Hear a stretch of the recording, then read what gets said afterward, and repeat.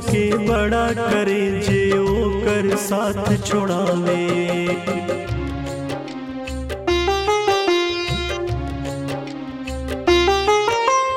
पाल पोस के बड़ा करे जे ओकर साथ छोड़ावे।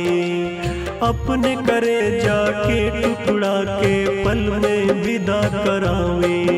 ई कैसन नियम बनल बाटे, ई कैसन नियम बनल बाटे।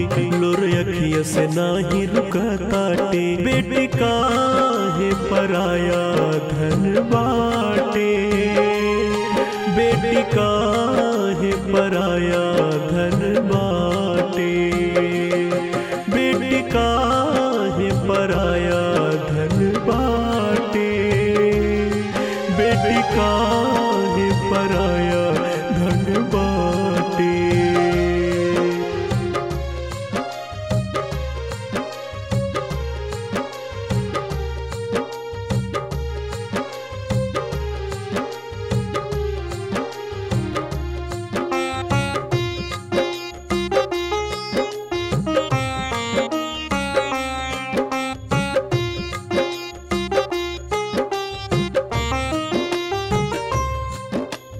अंगुरी पकड़ के चले सिखावे, सगरो सपना पुरावे।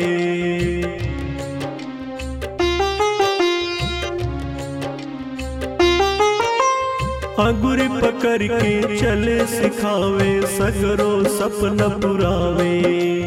पढ़ा लिखा के जकरा बाबुल खूब अरमान सजावे। आज वही के विदा करा ताटे, आज वही के विदा करा ताटे। लोर अखिया से नाही रुका ताटे। बेटी काहे पराया धन बाटे, बेटी काहे पराया धन बाटे। बेटी काहे पराया धन बाटे, बेटी काहे पराया धन बाटे।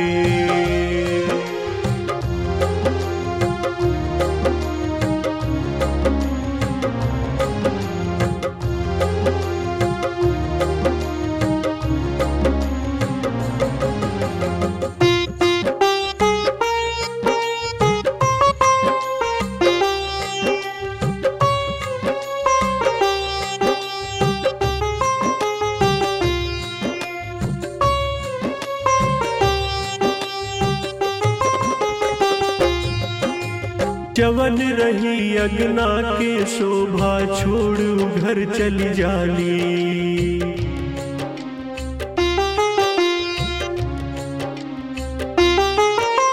जवन रही अगना के शोभा, छोड़ू घर चली जाली। मान और सम्मान बाप के बेटी तो ही कहाली। फूल बगिया बेटी से खिला काटे, फूल बगिया बेटी से खिला काटे। लोर अखिया से नाही रुका काटे। बेटी काहे पराया धन बाटे, बेटी काहे पराया धन बाटे। बेटी काहे पराया धन बाटे, बेटी काहे पराया धन बाटे।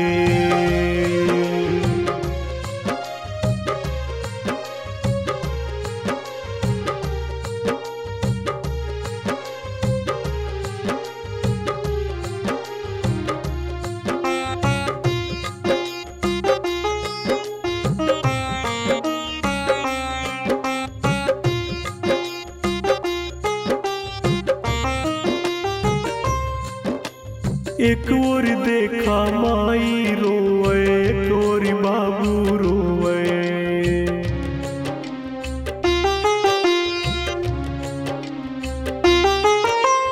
एक ओर देखा माई रोवे, एक ओर बाबू रोवे।